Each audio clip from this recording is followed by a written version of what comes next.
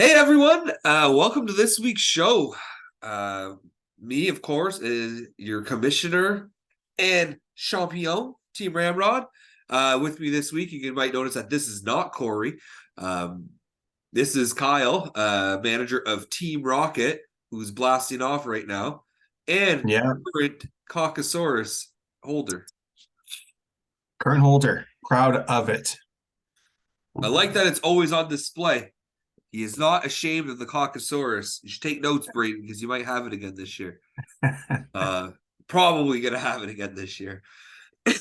um, a little later in the week than we usually record, but it was a busy week, so we're still getting it out. But we do have something that was worth the wait, I think. Kyle had a little project that he was working on and wanted to be on the show to kind of go over that.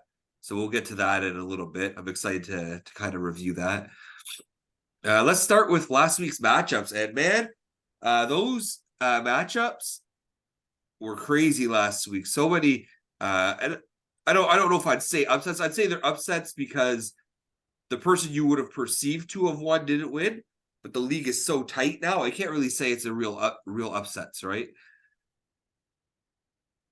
We'll start off the Champion Team Ramrod taking down Zvechmia Drake for his second loss of the year, 7-6.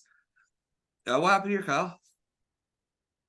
Le Champion does what he does best, and that's winning. This was a tight match all week with some back and forth here, and it looked like it might be a tie going into the last day, but Dan wasn't able to get the goal that he needed to tie it. You know, there's a possibility he could win if it was a GWG, but yeah, Team Ramrod took this away and dropped Dan down the second, putting Corey back in first. Things are tight. Yeah, things are tight throughout the whole standing except for the one place, but it was a close week. Uh, I was expecting a tie. I was not expecting Josh Manson to be his almost hero, scoring a goal. It's not what he picked him up for. But it was a close week. It could have went either way, really. I had one game-winning goal last week, and it was enough to take that category. Only my second of the year. But yeah, good week, Dan. I'm glad to catch up to you a little bit here in the standings. So, Tage against the Machine, 4-4 now after losing to the Dumpster Fire. Wow, what happened here? This one kind of surprised me. Yeah, Mark's players went off, and I think Travis's team kind of underperformed as well. So a combination of Mark's players showing up and Travis is underperforming caused this. Travis made a lot of moves this week, last week, picked up some good players. So I was a bit surprised, in the final standings that it was so like he was so heavily dominated on the player side. That kind of surprises me too. I didn't expect it out of Mark's team, but now he's right back in there in the mix of things. Absolutely. That's all it takes. Good on him. Uh, Bad result for Travis. He was probably raging about it. Uh, but yeah, that's how it goes sometimes. Good news for him though. Tage has returned to the lineup. So Holly the goalie taken down, mentally bedarded. What happened here? Paulie the goalie, his goalie showed up and he grinded hard, and that was enough to get him the victory. Yeah, these are two teams like I don't know what to think of right now. So a lot of both of them show some promise, obviously, and could easily be in the mix for the playoffs. These are some close matchups. You almost got to win these ones, right? Like if you're mentally bedarded, you got to beat Sean. Like Yeah, and guys well, are off and to a slow start. Like you got to take advantage of that. But again, Sean has to win this one too. it's so hard to say what's happening because every week is just topsy turvy, and you're seeing that with the predictions. Nobody knows what's what. Speaking of the predictions, the top score this week was of 3 of 8. and that was myself and Plumidor. I think it was Plumidor. Yeah, Corey went 2 for 8. So not an easy thing to predict this year because there are so many teams who are just good now, right? And it's just they're just jockeying up and down in the standings here. It's just back and forth. 100%. Yeah. And that's fine. That's great. That is honestly that's great for the league. That's what I want to say. I want to see every team fighting though. So Braden, do some shit.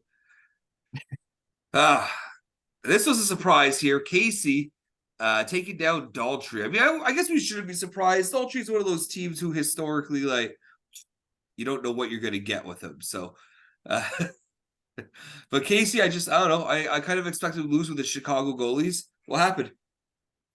Yeah, so Casey has good players, right? And he's got a bad goalie situation, and Yeah. his players showed up here. But and this has been noted in the podcast before, Daltrey made some mistakes with his goalies, and his mistakes with his goalies cost him this week because Casey's Chicago goalies outplayed Daltrey's goalies, and that's why Daltrey lost. That's I don't terrible. think did Daltrey even get a single win in the goalies? I don't think so. No, he got no wins with his goalies last week, and if you don't even get a single win, like you're not going to win your week. Yeah, Well, tells you goaltending your wise, goalies are not playing good enough. yeah. Yeah, I can't. I'm surprised, but I'm not. That would be a team that I would see be an upset. So this one though, I was surprised. Team Rocket doing what the real Team Rocket couldn't do, defeating Vass Ketchum here. What happened? Well, in the cartoon, they'll set a trap, they'll fall in the hole, and he can't get out. I did the trap a little bit differently this year. I put spikes at the bottom, so when Vass fell, he was just dead, It's good. just fucking dead. No, uh, in all honesty, obviously, my goaltenders have been doing really well since I started winning. And so I dominated goaltending wise, and Nick's players just didn't show up this week at all. Like I had a so-so week with players, but Nick, his players didn't show, and that was enough for me to kind of have an easy week. I didn't stress at all. You hear that, Nick? He even put up a fight. I like that. I like the trash talk. It's been a while since Team Rocket has been able to trash talk anyone, so it's long overdue. Well, Corey had a nice, easy week. His Braden bye week, 9-5 victory. He's now 6-2 at first. Braden, the opposite, has yet to win. Making a claim for that trophy. He wants it back. What happened here? Yeah, and I'm seeing this a lot with Braden, where like Braden gets out to these really strong starts during the week, and then like as the week goes, he fizzles. Braden's goaltending was fantastic this week, but Corey's players just dominated. And I don't even think Braden's team played bad. It was just Corey's players were just really good this week. Braden had good goaltending, and when you're taking like 8 player categories, there's not much you can do.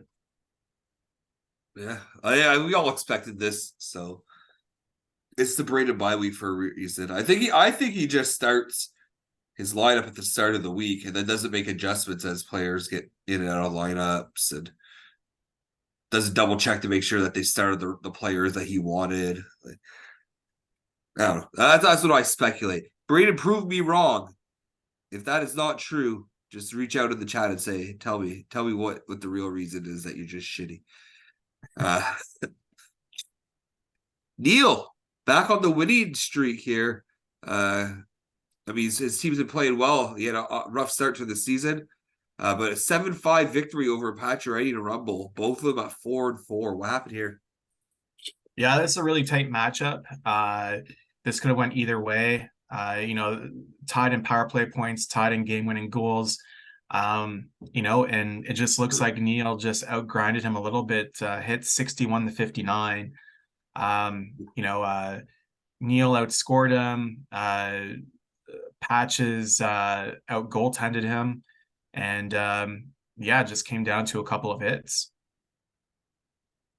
Well, even with that, Patches is still sitting in a playoff spot. I know there's lots of time to even start talking about playoffs, but we're getting there. We're probably what about a third done, so a little over that. Or what week 8? Yeah, we're about a third. Yeah, starting week 9. So it's getting there. 4-4. Um, but even the bottom teams, right? We looked at who's 15th here, 2-4-2. He's only a couple points out. This is gonna be really interesting and excited to talk about the whole time. I think about the standings. So, but Patch is still holding on to a playoff spot right now. 4-4, still 50, 500 teams, still really good, right? Oh, absolutely. Captain Crunch taking down the Red Wings. We were talking about this, me and Corey, when we were playing hockey or something the other day. We said he should just change his name. I think it was me and Corey. Maybe it was me and you. He should I think it's us. just change his name back to Domo because no one's ever going to call him Captain Crunch. It's Domo. Everyone knows you as Domo. 100%. But Domo with a big win, sitting in 5th place. What happened here? I, I really like took a deep dive in Domo's team, and he's got a great team this year. Like, I don't even know how he did it with like no draft picks, but all that wheeling and dealing has somehow favored him. And he's sitting with a pretty strong team right now. He put up great numbers, even like the Derek had a decent week, and Derek got points on the goaltending side of things, but Domo had great goaltending numbers. It's just Derek had a fantastic week with his goalies. We know Derek has a strong goaltending core as well, but player wise, Domo just dominated, and there's a reason why he's tied for 4th place right now. It's not just like he's got a good team. I'll believe when I see it. I'll see how long he holds on to these guys. Just because he's good players now, like I don't know who's going to be on his team in 3 weeks. So, True story. but he did do a good job. I like the Miller trade for him if he ends up keeping Miller. Miller and Kachuk is a great keeper base. I don't know. I don't think there's a whole lot else that stands out for me, but those are guys that at least you could build around and have a foundation. So, Oh, but he finds absolutely. the win. Finds ways to win. That's it. He'll outman you. He'll deal anything. But no, good on Domo staying near the top half of the standings. So good for him. Derek sliding down to 11th. Again, that doesn't mean anything right now. No. We got some trades. I feel like it was a little less trades than we usually get, but we still have some. Oh, let me move this a little here. Captain Crunch, Domo, moving, Papa still in a 16th. Papa still going back to Corey. This guy's been moved back and forth between Corey and Domo. They both like him. But Aaron Ekblad going Domo's way with an 18th. What do you think of this? Yeah, I'm not even sure why they made this trade, but probably just positional, whatever. It's a small trade. Corey had too many defensemen. He wanted to move a defenseman, and he likes Yeah, that and I young mean, flame center. and Florida's hot right now too, right? Like, really can't go wrong with Florida right now. No. Yeah, so maybe that was like a nothing trade. It was just like whatever. Like he had too many defensemen. I need to make a move. Corey getting Holtz at a 15th from Tage against the machine here for Casey Middlestat at a 16th. What do you think of that? Again, this is probably another positional trade. 1 round difference. Yeah, I mean, they're just moving some pieces around. Nothing big here. Yeah. I don't think there was anything big really all week. A 13th going to the dumpster fire. Stolars and a 14th going to Corey. What do you think of that? I think this, I'm not too sure, but I kind of think this was a bit of a waste of a trade because I think they projected that Stolarz was going to start, but then he didn't end up starting. But you know what? Like, I don't know if he still has Stolarz, but it's not a bad backup to have right now. Stolarz is one of the hottest backups in the league.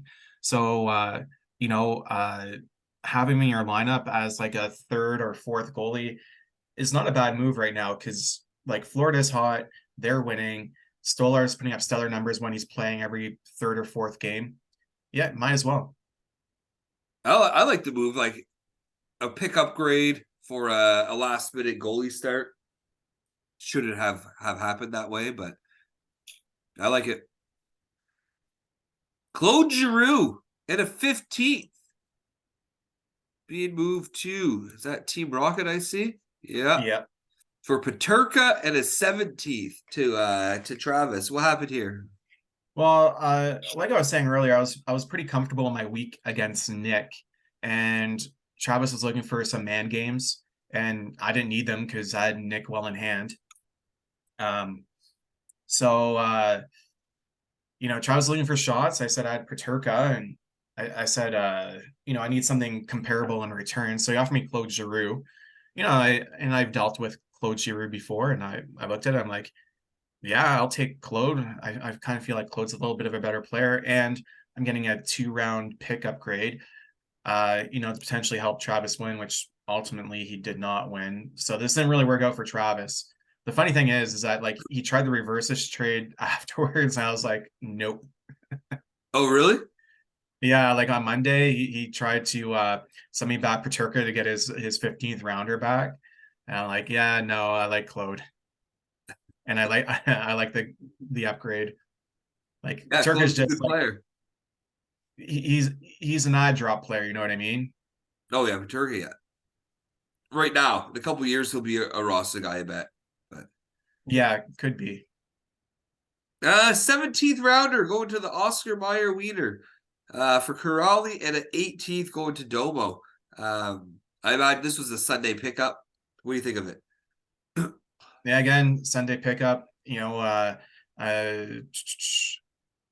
with Cam Crunch just trying to solidify his win, which worked for him.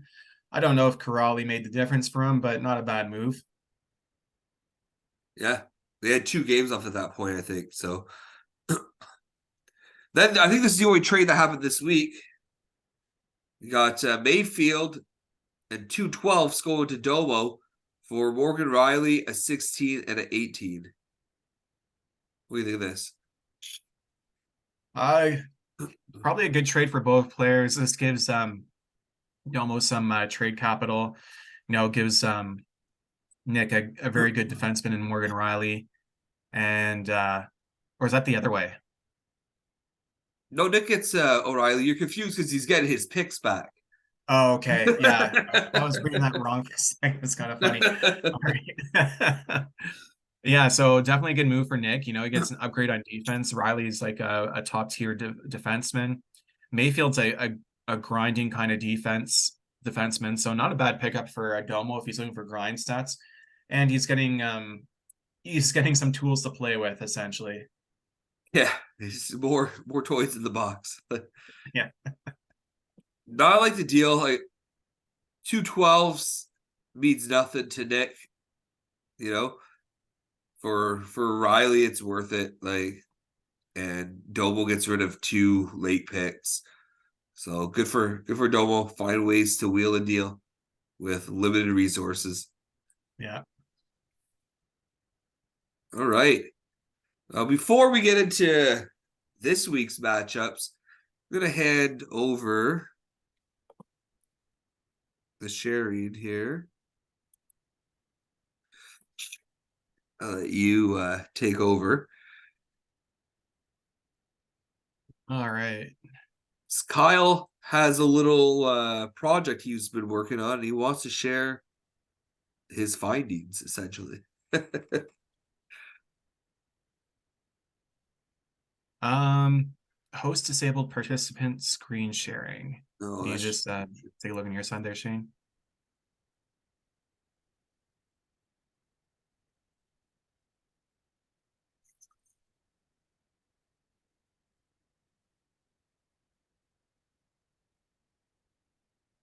Okay, there we go. All right.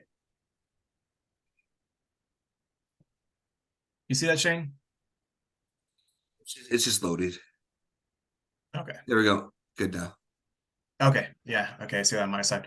So I don't know what sent me down this rabbit hole, but well, actually I do. So I was just kind of curious, like who the previous last place teams were in the league. You know, I've said this before, I'll say it again, like, I think the carpet should match the drapes, you know. So we have our championship trophy, and I feel like our last place trophy should match our championship trophy. So I want to, put this out to you guys, and I want to put it to a vote, a league vote on this.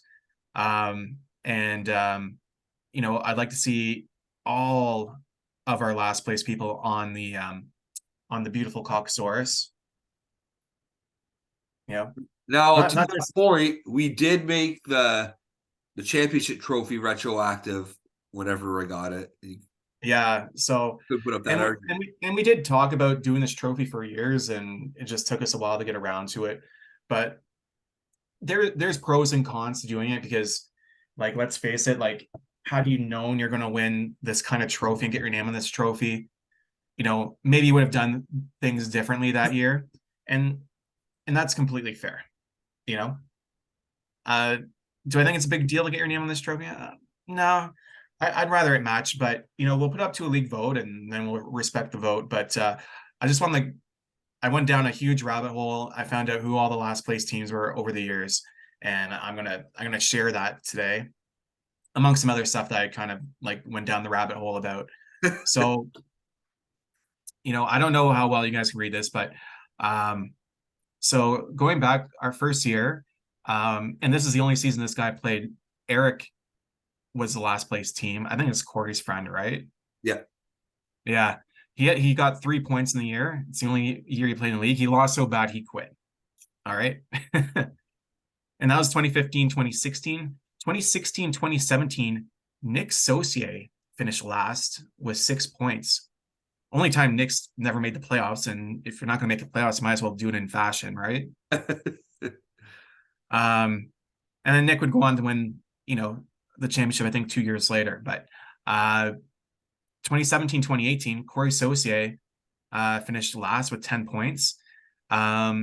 He was tied for last with Daltrey, but Daltrey had the tiebreaker on him. So good for you, Daltrey. No name for you on a trophy. And then 2018, 2019, with a total of 8 points, Nick O'Brien was last. 2019, 2020, that was the COVID year. Tyler finished last. I think that's somebody you used to work with, Shane. Yeah. Yeah. Yeah, he had nine points. Season finished, no playoffs that season. Then 2020, 2021, with a total of 2 points, was Derek. Now, we put an asterisk beside this. It was a short season due to COVID. So, there's two ways to look at this. Like, Eric's the worst team of all time, or, well, maybe Derek. I don't know. But, we played about 8 less games in that season than normal. So you guys can determine. And then the first year that we introduced Caucasaurus, Braden was the lucky recipient. And there's a 3-way tie for last. And Braden just happened to lose the tiebreaker with Kyle Plumador and Joel. And then obviously last season, with a total of 8 points, I won the Caucasaurus. So what I'm putting out to you guys, I think we should put all these amazing names on this trophy and make a match of the championship trophy retroactive. But league vote, up to you guys. Whatever you want to do. I'd be up for a So league vote on it. It just, you're right. We did it when we brought the championship trophy. We put all the retro people back to recognize all our champions.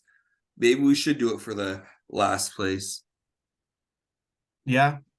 So no wrong answers. There's a valid reason for not wanting it. Also, our illustrious league, let's add a little bit of history to the trophy. Part of our history. So other thing I did regular season all-time records. So I poured through every year's record, see like who has the best regular season team, who has the best playoff teams. So I went through that for the current 16 teams in the league, and the all-time greatest record from a percentage standpoint is Sean, 100 wins, 44 losses, 15 ties. Best regular season team officially. This doesn't include this year. Second, you got Nick Saucier, also 100 wins, 49 losses, 10 ties. And then you got Shane, 92 wins, 55 losses, 12 ties. And we go down from there. Daltrey Sr., fourth best regular season team. Then Neil, Corey, Mark, Nick O'Brien, Travis, Braden. We call it the Braden bye week, but there's a few teams that are worse than him. He Just was Braden good had early on. he was good early on, just the last couple of seasons. Then Kyle Plumador, then me, then Derek, Dan, Daltrey, and then Casey. I mean, Casey's new, but probably want to step it up, Casey. Just saying. Daltrey's probably the oldest GM at the bottom there. Well, maybe Yeah, Derek. Derek Daltrey's was an got 7 OG. seasons in. He's been in for 8 of the 9 seasons. Daltrey joined us year 2. So Yeah. in terms of an original owner, Derek's at the bottom there just by a hair. But he has a championship. He does. He does. And I'm going to move this over to some of the playoff stats I put together. I was curious, how many times have each team made the playoffs? And so I put some things together. And so out of 8 playoffs, we've run the year. This is our 9th year. One playoff was canceled due to COVID. Shane's made the playoffs 7 times out of 8. He's 8-4 in the playoffs, and he did not win a single playoff game in the first 5 years in the league. He's been 8-1 in the last 3 years. So all of his wins have come on his championship runs here. Winning 2 of those 3 years, finishing second the 1 year. Then coming in with also 7 playoff appearances is Nick Saucier, 5-5 all-time playoff record. And his last playoff win was during his cup run. He has not won a playoff game since he won the cup. And then we got Sean, 7 playoff appearances, no championship trophies, 8 years in the league, 6-6 record, and he has the most appearances and most wins in playoffs without a championship. And coming in next, we got Neil with 5 playoff appearances. Neil has a cup. Then we got Nick O'Brien, 5 playoff appearances, no cup, and his last playoff win was against somebody who's no longer in the league. Wow. Then we got Corey. Corey only has 4 playoff appearances out of 8, and he has the best playoff record despite 3 less appearances than the top 3 teams.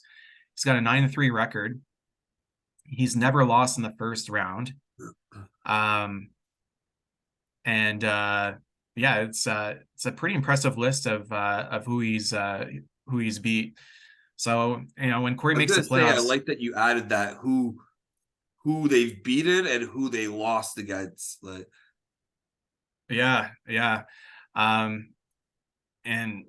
Corey's taken down pretty much almost everybody in the league. He hasn't faced Nick Saucier. That was the other thing too.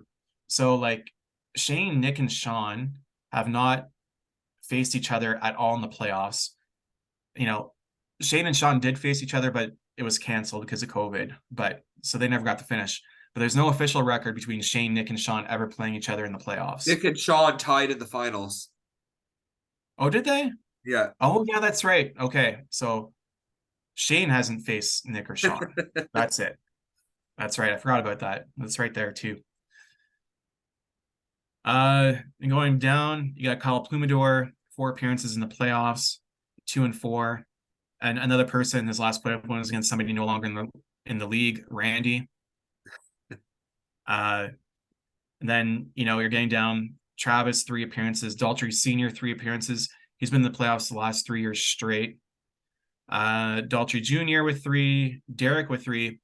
Derek is 3-1. Has only ever won in the playoffs And that was the year he did his cup run. Yeah, So efficient, he's efficient. got 3 wins, but they got him a championship. That's it. That's it. I have three appearances. As one of the worst teams in the league. 3-3. I've never lost in the first round though in the playoffs. Never won in the second. I got Braden with 3 playoff appearances, 1-3. And then I got a bunch of people who are no longer in the league. Randy, 2 playoff appearances in 4 seasons. And then a bunch of these jobbers. There's been a total of 28 different people in this league. So, you know, That's uh, impressive. yeah, Robert, Jamie, Tyson, Jordan. I don't even know what Balul's real name is. So No, I don't either. yeah, he was like El Reyes, and then Yeah, all I don't know right. if it was like his dad or something. I think they're like brothers or something. Like, Oh, brothers, yeah, yeah. I don't know. Anyway, um, he made the playoffs 1 year. He played, lost to Daltrey. Good for you, Daltrey. Um, so that's the playoffs. Pretty interesting, you know. And who knows how that's going to work this year. So I went in, I did all-time regular season record. I'm not going to go through this. It's way too much to go through, you yeah, know. But we might use it on the podcast going forward when we talk about predictions, right? good. Like Historically, the yeah. So the one interesting thing that I saw here, and you'll see like some teams struggle against other teams, and there's an original team who has not lost to another original team in 9 years. Derek has an 8-0-1 record against me. When you factor in, I've already played against him this year and I've played him in playoffs. Derek all time against me is 10-1. I have never, ever beaten Derek in a week in 9 years. It's pathetic, right? That was one thing that stood out. And, you know, uh, we'll be sharing these, I think, on the podcast. So I'm going to send this to Shane and then, just something interesting to add to the podcast. something Um, two guys. If we're not gonna discuss everything on here, but if there's something that you want to know, like reach out. Like we'll share the info. If there's something you're curious about. yeah, yeah, Research is done. absolutely. So, yeah, anyway, I'll take that off the screen and then we can go forward. Well, we'll have to go to part two because we have about 5 minutes left here. So Oh, okay. it's the Sounds perfect good. spot to break it up. We'll come back for part two with this week's predictions. Beauty.